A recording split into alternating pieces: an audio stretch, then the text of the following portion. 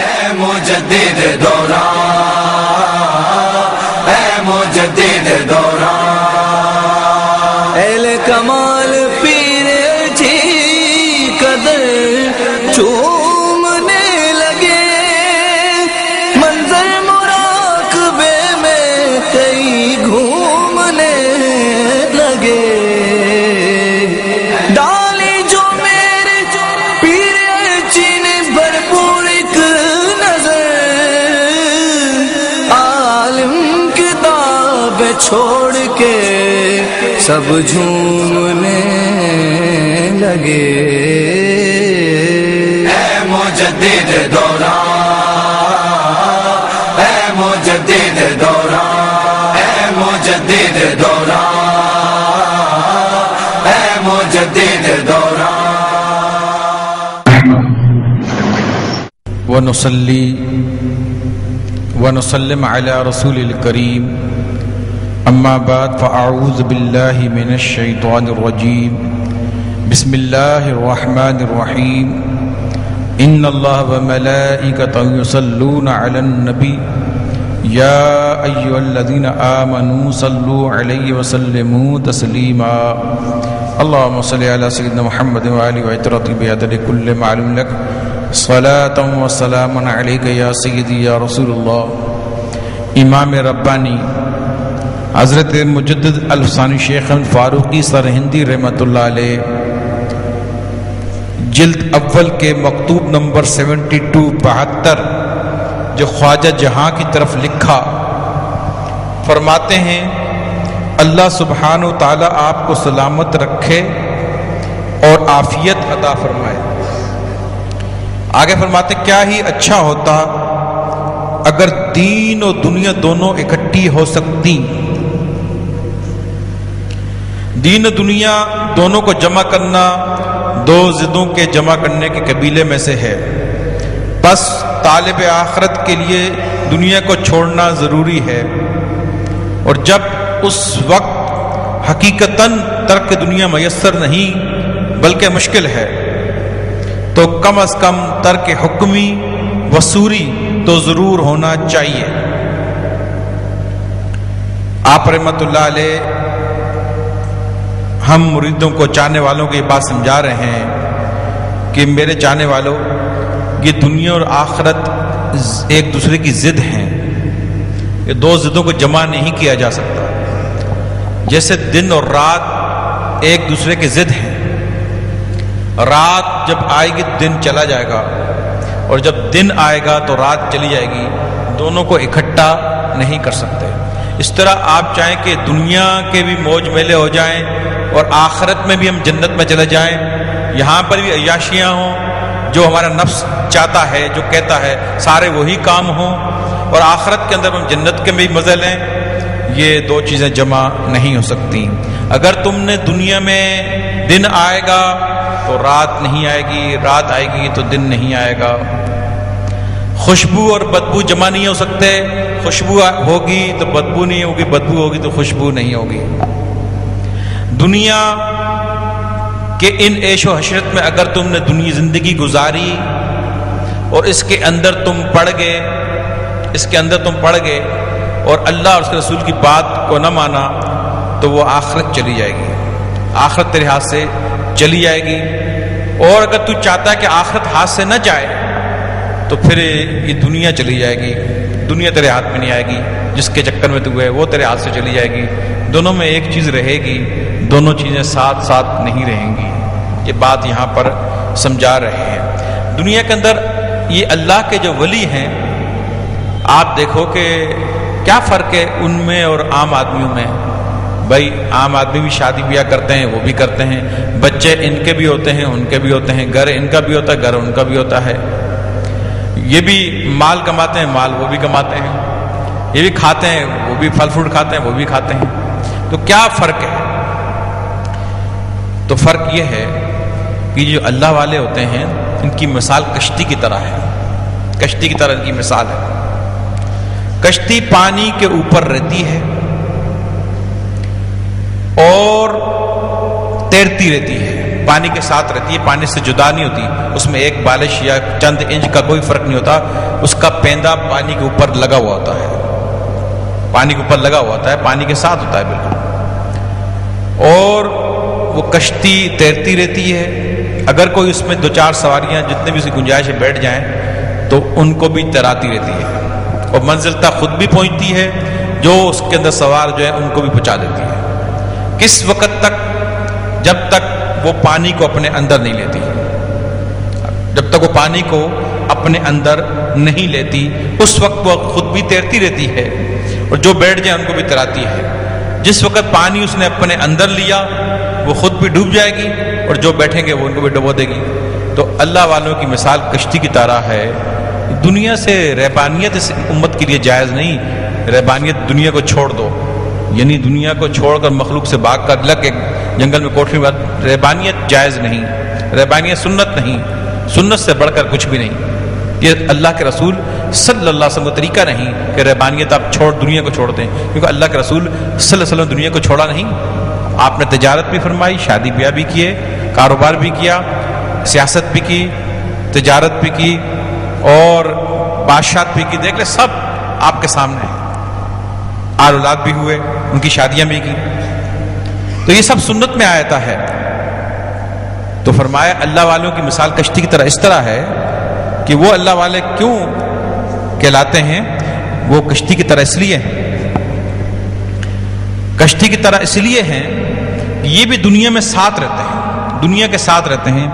کسی کا جنازہ ہو جائے تو جنازہ بھی پڑھتے ہیں، پڑھاتے ہیں، بیمار کی عیادت بھی کرتے ہیں، آس پڑوس کے حقوق بھی ادا کرتے ہیں، بیوی کے حقوق بھی ادا کرتے ہیں، دوست احباب کے حقوق بھی ادا کرتے ہیں، نماز بھی ادا کرتے ہیں، زکوٰۃ بھی دیتے ہیں، اللہ توفیق تو حج بھی کرتے ہیں، کاروبار بھی کرتے ہیں، بچوں کی شادی بیاہ بھی کرتے ہیں، دنیا میں رہتے ہیں۔ کشتی پانی پر رہتی ہے، پانی کو اپنے اندر نہیں لیتی، لے لے تو ڈوب جائے گی۔ یہ بھی دنیا میں رہتے ہیں لیکن دنیا کو اپنے اندر نہیں لیتے، دنیا کو اپنے اندر نہیں لیتے، رہتے ساتھ ہیں، دنیا کو اپنے اندر نہیں آنے دیتے، اور جب تک اندر نہیں آنے دیں گے نا تو نہیں ڈوبیں گے۔ جو ان کے دامن کو پکڑ لے گا خود بھی تریں گے، ان کو بھی ترا دیں گے، خود بھی تریں گے، ان کو بھی ترا دیں گے، جب تک کہ دنیا کو اپنے اندر نہیں لیں گے۔ اور عام آدمی کیا بات ہے؟ عام آدمی دنیا کو اپنے اندر لیا ہوا ہے، اس کا دل کو دیکھ لو کہ دنیا کے کیچڑ خانہ بنا ہوا ہے، پتہ نہیں حسد، تکبر، غرور، اور نہ جانے کتنی خواب، کتنی خواہشیں، کتنی تمنا، ہر وقت ہاں ہو اسی میں لگا ہوا ہے، سب چیزوں کو اپنے اندر دل میں سمایا ہوا ہے۔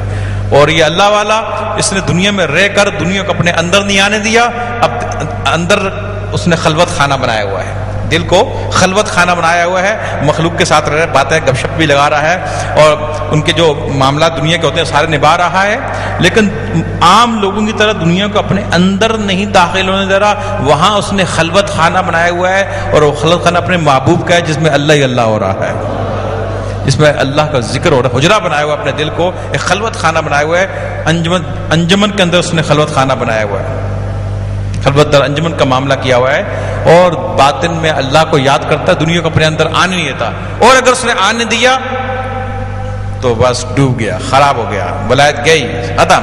اس لیے دنیا میں رہو، کھاؤ پیو، جو اللہ نے حلال کی ہیں چیزیں، پھل کھاؤ، فروٹ کھاؤ، شادیاں کرو، 1 نہیں 2 نہیں 4 بیویاں رکھو، گھر بناؤ، کار میں جاؤ، اللہ نے اگر سواری دی پراڈو میں جاؤ، کوئی منع نہیں ہے، سائیکل میں تو سائیکل میں جاؤ، پراڈو 80 لاکھ 1 کروڑ کی گاڑی میں جاؤ، 1 ارب روپے کا گھر بناؤ، بہترین قسم کا لباس اگر اللہ نے دیا پہنو، پھل کھاؤ، فروٹ کھاؤ، کوئی منع نہیں ہے۔ اس دنیا کو اپنے دنیا کو جو وہ بات ہے نا جس کو اللہ نے حلال نہیں کیا، وہ خواہشیں، وہ باتیں جس کو اللہ نے حلال نہیں کیا، ان کو اپنے اندر نہ آنے دینا، ان کی ذرہ برابر بھی گنجائش نہیں۔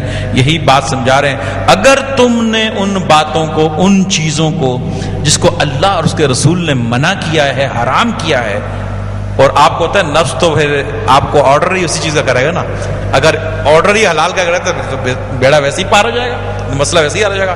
نفس ہمارا آرڈر ہی جو نا وہ گرل فرینڈ کا کرتا ہے، بیوی کا تو کرتا ہی نہیں نا، بیوی تو پڑی ہے گھر میں، اس کا تو خواہش ہی ہوتی ہے کہ یار بہت دن ہو گئے گرل فرینڈ کی کوئی بات سن۔ مثال دی ہے میں نے، وہ اب حلال کے بھائی حلال کے تو 20,000 50 لاکھ 1.5 لاکھ ہی کما لے گا نا، مثال ہے، بہت حلال کے تھوڑے ہی ہوتے نا، تو وہ کہے گا اتنے سے کیا ہوتا ہے، یہ آ رہا ہے جو بھی آرام آ رہا ہے اس کو پکڑ، تو نفس تو آپ کو حکم اس چیز کا دے گا. اسی طریقے پر قیاس کر لیں کہ جو جو چیزیں منع ہوں گی، اب نفس گھر میں بیٹھے ہوئے قرآن، اب ٹی وی کا چینل لگا ہوا اس میں قرآن کی تلاوت ہو رہی ہے، اس کی تفسیر بیان، مفتی صاحب تفسیر بیان کر رہے ہیں، لیکن دل تھوڑی کہے گا تفسیر سننے کا، دل کہے گا دیکھے یار وہ میچ آ رہا ہے، چھکے پڑ رہے ہیں کہ نہیں پڑ رہے، ہار رہا ہے جیت رہا ہے، یا وہ تو فلم کون سی چل رہی ہے یار. نفس یہ نہیں کہ آپ تفسیر، اگر آپ زبردستی مطلب آپ سن لیں، اپنے آپ کو زور مار کے سن لیں، نفس خوش نہیں ہوگا، وہ کہے گا ادھر تو دیکھنا وہ اس میں کیا آ رہا ہے. کیونکہ نفس ہمیشہ آپ کو حرام اور فضول کاموں کی طرف لگائے گا، حرام اور فضول کاموں کی طرف نفس آپ کو لگائے گا. اور ترقی پتہ ہے آپ کی کب ہوگی؟ آپ آج بڑی ایک راز کی بات آپ کو بتاتا ہوں، ترقی انسان کی کیسے ہوگی. اللہ جو ہمارا مقصود ہے وہ انتہائی بلندیوں پر ہے اور ورال ورا ہے، اس کا قرب کیسے نصیب ہوگا اس کا میں نقطہ آپ کو بتا دیتا ہوں. عمل کرنا آپ کا کام ہے، نقطہ میں نے بتا دیتا ہوں آپ کو. دیکھو ہم نماز پڑھتے ہیں، تسبیحات پڑھتے ہیں، فرشتے نہیں پڑھتے؟ پڑھتے ہیں کہ نہیں پڑھتے؟ ہم کہتے ہیں سبحان ربی الاعلیٰ، فرشتے نہیں پڑھتے سبحان ربی الاعلیٰ. ہم کہتے ہیں سبحان ربی العظیم، فرشتے نہیں پڑھتے سبحان العظیم. وہ کون سا ذکر جو ہم کرتے ہیں فرشتے نہیں کرتے؟ کرتے ہیں. تو فرشتوں کی ترقی ہے؟ فرشتے تو برسا برس پتہ جب سے رب نے ان کو پیدا کیا آج تک پڑھ رہے ہیں، ان کی تو کوئی ترقی بھی نہیں ہے. نہ وہ اپنے مقام سے گرتے ہیں نہ ترقی کرتے ہیں، جہاں کے ہیں وہیں ہیں، پڑھتے رہتے ہیں لیکن ترقی ہوگی کوئی بھی نہیں ہے. یہ چیز اگر ہم پڑھیں گے تو ہمیں حکم ہے ہم نے پڑھنا ہے، تو ترقی جو نا فرشتوں کو بھی ترقی ہونی چاہیے. ترقی کا راز یہ ہے، ہمارا ترقی کا راز یہ تو جو ہم پڑھتے ہیں فرشتے ہی پڑھتے ہیں، یہ پڑھنا بھی ہے، یہ نہیں کہ چھوڑ دینا ہے، لیکن ترقی اس میں نہیں ہے. ترقی پتہ کس میں ہوگی؟ آپ کا قرب اللہ کا نصیب کس میں ہوگا؟ حرام اور فضول کام سے بچنے پر ہوگا. کہ یہ فرشتوں کے ساتھ نہیں ہے. اگر یہ چیز فرشتوں کے ساتھ ہوتی تو ان کی بھی ترقی ہوتی. معلوم یہ چلا کہ ترقی جو ہے وہ حرام اور فضول کاموں سے جو آدمی بچے گا، یعنی تسبیحات بھی پڑھے گا، اللہ کا ذکر بھی، جو کام اللہ نے فرض واجب اور سنت کیے ہیں وہ ان پر تو عمل کرے گا، ساتھ میں حرام اور فضول کام. یہ میچ ویچ دیکھنا یہ فضول کاموں میں آ گیا. بتا بولو فضول کیا ہے؟ میچ دیکھنا فضول کام، ہارا گا نہیں فضول کاموں میں آ گیا. اور حرام یہ گیم کھیل لیا یہ فضول کاموں میں آ گیا. اور حرام جو ہے وقت ضائع کرنا، ایسی گپ شپ فالتو کی لگا رہے ہیں، فضول کاموں میں آ گیا. اور حرام تو جو چیزیں حرام ہے، گرل فرینڈ سے بات کر رہے ہیں، فلم دیکھ رہے ہیں، یہ حرام میں ہے. تو حرام اور فضول کاموں سے بچنے میں ترقی ہوگی بھائی. یہ تسبیحیں پڑھ کے ساتھ میں حرام اور فضول کام. اب یہاں پر لوگوں کی ترقی کی نہیں ہوتی. وہ کیا کرتے ہیں کہ نماز پڑھ لی، پھر ایک حرام کام بھی کر لیا، پھر فضول کام بھی کر لیا. جب وہ کہاں ترقی ہوگی نہیں. تو میرا کام تھا آپ کو نقطے کی بات بتانا، اپنے ذاتی تجربے کی بات بھی بتا دی اور نقطے کی بات بھی بتا دی. عمل کرنا آپ کا کام ہے. جو حرام اور فضول کام سے بچے گا اس کو اللہ کا قرب نصیب ہوگا. لمبی لمبی تسبیحیں پڑھنے سے وہ تو فرشتے ہی پڑھتے ہیں، پھر ان کو ترقی کیوں نہیں ہوتی. تو اس لیے یہ ساتھ طرح کو یہ تسبیحیں پڑھنی پڑیں گی، لیکن ساتھ میں یہ کام بہت ضروری ہے جو کہ انتہائی مشکل ترین ہے. مشکل ترین کام ہے، مشکل ہے، یہ آسان نہیں ہے. اس کو تمہیں کرنا پڑے گا. ہر حرام اور فضول کام سے تجھے بچنا پڑے گا. ہر حرام اور فضول کام سے تجھے بچنا پڑے گا، تو تب تیری ترقی ہوگی بھائی. اور یہی بات مجد الثانی رحمۃ اللہ علیہ سمجھا رہے ہیں کہ یہ حرام اور فضول کام کا ہی تو نفس حکم دیتا ہے. وہ کب کہتا ہے کہ رات کو تو بھائی اٹھ کے تہجد کی نماز پڑھ، شاک چاش پڑھ، تو اس کی موت آتی ہے، اس کو تکلیف ہوتی ہے. نفس کام آرڈر ہی یہ خواہش یہ کرتا ہے جو حرام اور فضول ہوگی اسی کی خواہش کرتا ہے، ڈالتا ہے انسان میں. اور انسان دنیا کے جو دنیا دار قسم کے لوگ ہیں وہ اس کے پیچھے بھاگتے اور پڑ جاتے ہیں اور وہ کام کرتے رہتے ہیں، وہ کام کرتے رہتے ہیں. تو لہٰذا بات یہ ہے کہ آپ رحمۃ اللہ علیہ فرماتے ہیں جس نے یہ حرام اور فضول کام میں دنیا میں پڑے گا اور اس کے چکر میں لگ جائے گا، اور جو نفس کہتا جائے گا اس پر عمل کرے گا اور اپنی خواہشوں کو اپنے چکروں پر جو ہے عمل پیرا ہوگا اور دنیا کو اس طرح پائے گا، تو پھر آخرت اس سے چلی جائے گی. آخرت اس کو نہیں ملے گی، آخرت سے وہ محروم ہو جائے گا، کیونکہ دنیا اور آخرت جمع نہیں ہوتی. اور جس نے حرام اور فضول کام سے اپنے آپ کو بچایا، فرمایا کہ آخرت اس کی ہے، وہ آخرت میں وہ کامیاب ہو جائے گا. پھر آگے فرماتے ہیں کہ ہمیں تو چاہیے کہ یہ دنیا ضد ہے آخرت کی، ہمیں اس کو حقیقتاً ترک کر دینا چاہیے، یعنی بالکل چھوڑ ہی دینا چاہیے، اس کو اس سے بھاگ جانا چاہیے، چھوڑ دینا چاہیے، اس کو چھوڑ دینا چاہیے.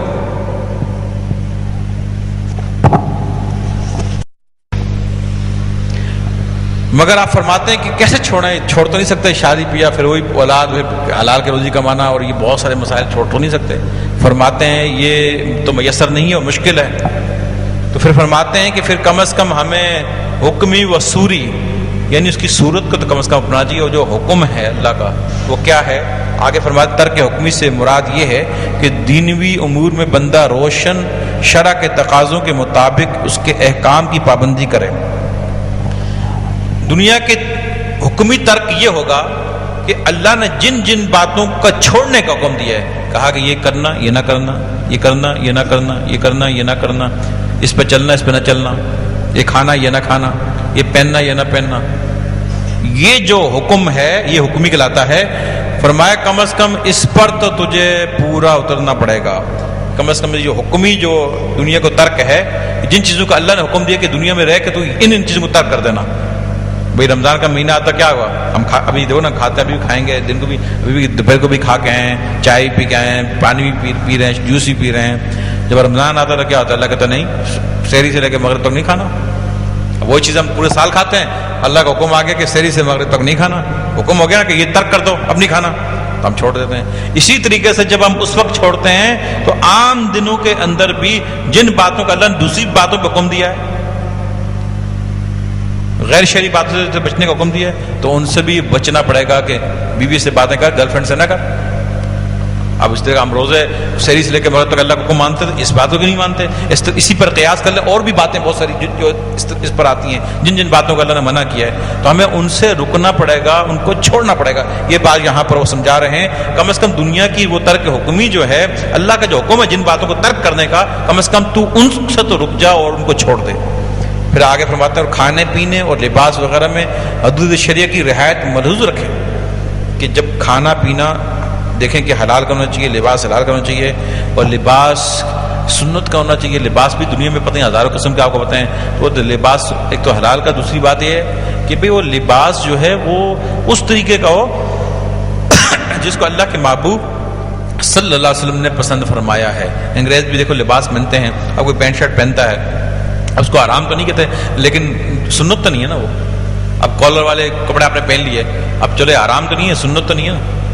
اب کیوں پہنتے ہیں بھائی، اگر اسے پہن لیا آرام نہیں ہے، سنت بھی تو نہیں ہے، بات تو سنت کی ہے، طریقہ حضور کا والا اپناؤ. بس لباس ایسا پہنو جو سنت کے مطابق ہو، اور کھانا پینا سنت کے طریقے سے ہو اور حلال کا ہو، اور حدود کی شریعہ کا جو شریعت کے دائرے میں رہ کے جو باتیں ہیں اس کا خیال رکھے، اور ان حدود سے تجاوز کرنے کو روا اور جائز نہ رکھے. کسی صورت میں بھی ان باتوں کو جو تجاوز کر جاتی ہیں، جو شریعت سے باہر نکلنے کی باتیں رہتی ہیں، شریعت سے باہر قدم رکھنے کی بات ہوتی ہے، فرمایا ان کو جائز نہ رکھے، ان کو وہ کام نہ کرے، چھوڑ دے، ترک کر دے. دنیا اچھا سمجھے یا برا سمجھے، وہ کام ہرگز نہ کرے جس کو اللہ اور اس کے رسول صلی اللہ علیہ وسلم نے منع فرمایا ہے. پھر فرماتے ہیں اور سونے، چاندی اور مال اور تجارت وغیرہ اور مویشیوں کے نصاب مکمل ہونے کی صورت میں فریضہ ہے زکوٰۃ ادا کرے. اب مال حلال کا کمایا، نے کہا تھا نا کہ یار بھلے 1 ارب بھی تو کما لے گا، 1 ارب کی کوٹھی بنا لے، 80 لاکھ کے پراڈو میں جا رہا ہے، اور تو زبردست قسم کے تو برتنوں میں جو نا کھا رہا ہے، اور اعلیٰ قسم کے دسترخوان ہے پھل، لیکن وہ تب تیرے لیے جائز ہو جائیں گی جب اس میں تو زکوٰۃ نکالے گا. پتہ لگا سارا مال تو کڑپ پہ بیٹھا ہوا ہے، اگر تو نے زکوٰۃ نہیں نکالی، وہی زکوٰۃ نہ نکالنا تیرے لیے وبال جان بن جائے گا. اس میں اللہ تعالیٰ نے جو جو حق غریبوں، مسکینوں، مساکین کا رکھا ہے، اور خاص طور پر زکوٰۃ، وہ تو ادا کر کے پھر اس کو اپنے اوپر تو خرچ کر سکتا ہے. فرمایا کم از کم تو اتنا تو کر دے، اللہ کی راہ میں سارا مال خرچ کر نہیں کر سکتا، زکوٰۃ تو دینی پڑے گی تجھے، اس کو حلال اپنے لیے کرنے کے لیے، اور دنیا کے اس کو مکمل نہ ترک کر سکتا تو اس میں حکمی ترک یہ کہ زکوٰۃ کو ادا کر دے گا، تو باقی تیرے لیے حلال ہو جائے گا. اب تو اس کو کھا پی اپنا موج ملا کر، لیکن زکوٰۃ دے کر.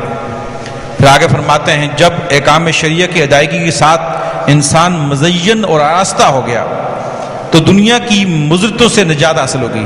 پھر فرمایا کہ جس انسان نے اس بات کو سمجھ لیا اور شریعت کی ادائیگی کے ساتھ وہ آراستہ و مزین ہو گیا، یعنی ان باتوں پر اس نے عمل کر لیا، تو سمجھ لو کہ یہ دنیا کی ہر نعمت میں ایک زہر ہے، ایک مضر ہے. کوئی بھی دنیا کی نعمتیں جو ہے، دنیا میں جو نعمتیں ہیں، وہ اس میں ہر نعمت کے اندر بھی ایک پریشانی ہے، ایک مصیبت ہے. فرمایا وہ جو مضرتیں ہیں نا، وہ جو خرابیاں ہیں، جب وہ شریعت پر اس نے اپنے آپ کو مزین کر لی، جیسے مال کی زکوٰۃ دے دی، وہ مال پاک ہو گیا. نہیں دے گا، اندر سمجھ لو کہ زہر ہے جو اس کے جسم میں جا کے اس کو خرابی پیدا کرے گا. کہیں بھی اس کی خرابی اس کے لیے دنیا میں بھی اور آخرت میں بھی خرابی پیدا ہوگی اگر اس نے اس کو اس طریقے سے استعمال نہ کیا. جیسے اللہ حلال کے طریقے سے کمایا، پھر اس میں زکوٰۃ دی، پھر حلال جگہوں میں خرچ کیا، زہر ختم ہو گیا. میں تو زہر کہہ رہا ہوں تاکہ آسان ہو جائے نا، وہ یہ الفاظ آپ کو سمجھ میں نہیں آئیں گے. اب آپ نے اس کو حلال طریقے سے نہیں کمایا تو بنیاد ہی خراب ہوگی. اب کمایا، زکوٰۃ نہیں دی تو بھی اس میں آپ سنو زہر پیدا ہو گیا، اور دے دی پھر حلال جگہ خرچ بھی نہیں کیا تو بھی معاملہ خراب ہو گیا. حلال کے ذریعے کمانا بھی ہے، اس میں زکوٰۃ بھی دینی ہے، پھر حلال جگہوں میں خرچ بھی کرنا ہے. لو زہر ختم ہو گیا. اب آپ نے کھایا پیا، لباس میں نے بہترین گاڑی میں گیا، گھر میں آیا، مطلب بیڑا پار ہے، کچھ نہیں ہوگا، اللہ راضی ہے. یہ ہے طریقہ، یہ سمجھا رہے ہیں باتیں.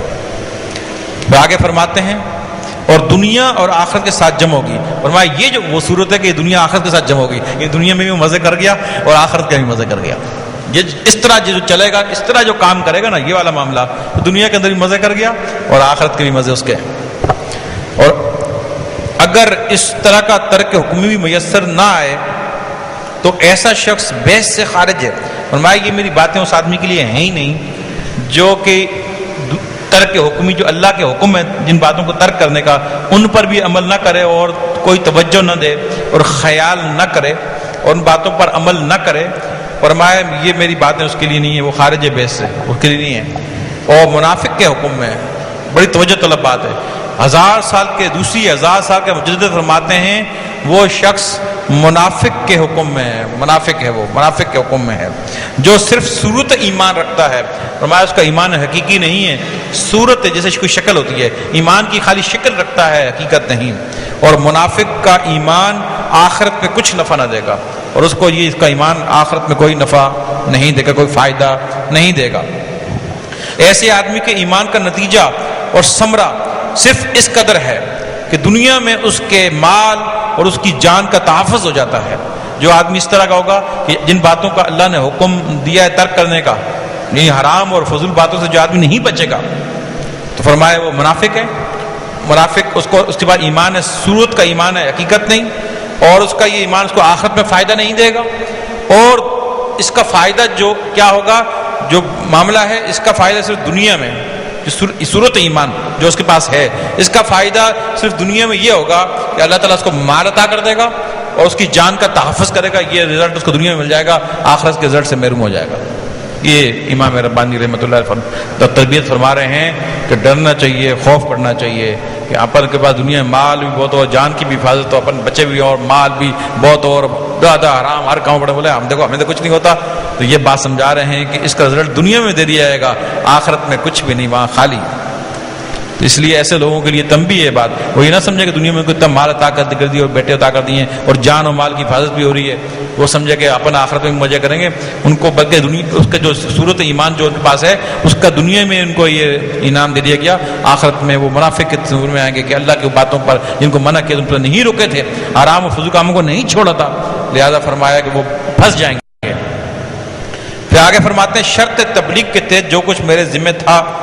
آگے وہ فارسی کا شعر کہتے ہیں من آنچا شرط بلا قصد باتوں می گویم تو خواہ از سخم بند گیرو خواہ ملال. شرط تبلیغ کے تحت جو کچھ میرے ذمہ تھا وہ میں نے تجھ سے کہہ دیا ہے، اگر آگے میری باتوں سے تجھے چاہے نصیحت حاصل ہو چاہے رنج و ملال.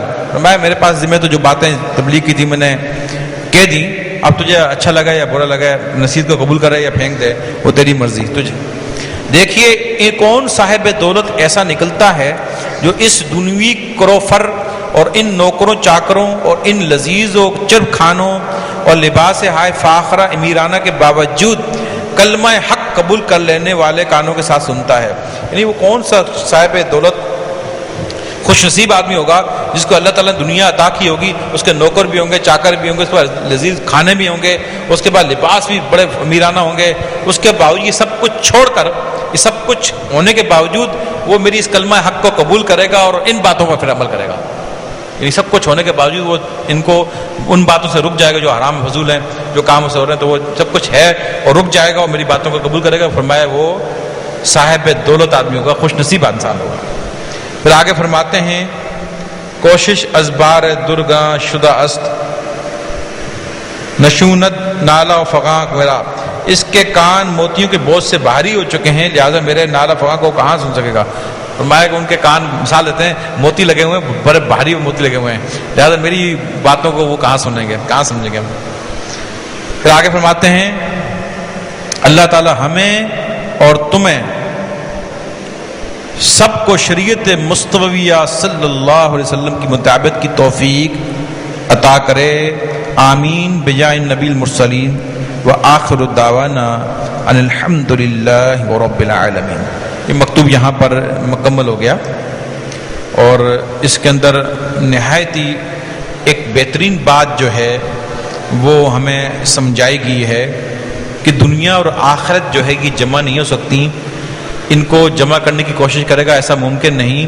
دنیا سے مراد حرام و فضول کام جو اللہ سے تمہیں دور کر دیں، جو مرشد سے تمہیں دور کر دیں، جو اللہ کے رسول سے تمہیں دور کر دیں، جو ذکر حق سے تمہیں دور کر دیں، وہ حرام و فضول کام ہے۔ وہ کرنے سے تم اس چیزوں سے، نماز سے رک جاؤ گے، اللہ کے ذکر سے رک جاؤ گے۔ فرمایا کہ وہ اور جنت جمع نہیں ہو سکتے۔ دنیا میں تو وہ کام کرے گا، جنت تجھے نہیں ملے گی، اور اگر جنت چاہیے تو یہ کام چھوڑنے پڑیں گے۔ تو فرمایا کہ یہ حکم تمہیں دنیا میں لازمی ماننا پڑے، اگر ایسا نہ کیا تو تیرا نام منافق کے زمرے میں آئے گا، اور ایمان سوری صورت کے طور پر تیرا ظاہری ایمان ہے، حقیقی ایمان سے محروم ہو جائے گا، اور یہ تیرا ایمان تجھے آخرت میں فائدہ نہیں دے گا، منافق کے زمرے میں آئے گا۔ اس کو دنیا میں تمہیں اتنا مل جائے گا، تمہاری مال اور جان کی حفاظت ہو جائے گی، باقی آخرت میں تو وہ محروم رہ جائے گا۔ یہ بات ہمیں انہوں نے سمجھائی ہے کہ کوئی بھی کام دنیا میں اللہ نے مال اور دولت، نوکر چاکر اور لباس اور کھانے چرب سب کو دیے ہیں، لیکن اس کو شریعت کے ساتھ جمع کر دو۔ جن باتوں سے اللہ نے حکم دیا ہے یعنی حرام و فضول، ان کو چھوڑ کر تم چلو گے تو اس طرح سے وہ خوش نصیب اور آدمی ہوگا اور صاحب دولت ہوگا کہ جس کی دنیا بھی اس کے لیے مزے دار ہو گئی اور آخرت بھی جمع ہوگی، آخرت بھی مزے والی ہوگی، دنیا آخرت اس کی جمع ہو گئی جس کے نے یہ کام کر لیا۔ بولے اس میں مضر جو زہر ہیں وہ نکال کر پھر تم یہ دنیا کو استعمال کر سکتے ہو۔ اللہ تعالیٰ ہم لوگ کو ان باتوں پر عمل کرنے کی توفیق عطا فرمائے، آمین بجائے نبی المرسلین وآخر دعوانا الحمد للہ رب العالمین۔ اے مجدد دوران، اے مجدد دوران، اہل کمال پیر جی قدر چومنے لگے، منظر مراقبے میں کئی گھومنے لگے، ڈالی جو میرے پیر جی نے بھرپور ایک نظر، عالم کتاب چھوڑ کے سب جھومنے لگے۔ اے مجدد دوران، اے مجدد دوران، اے مجدد دوران، اے مجدد دوران۔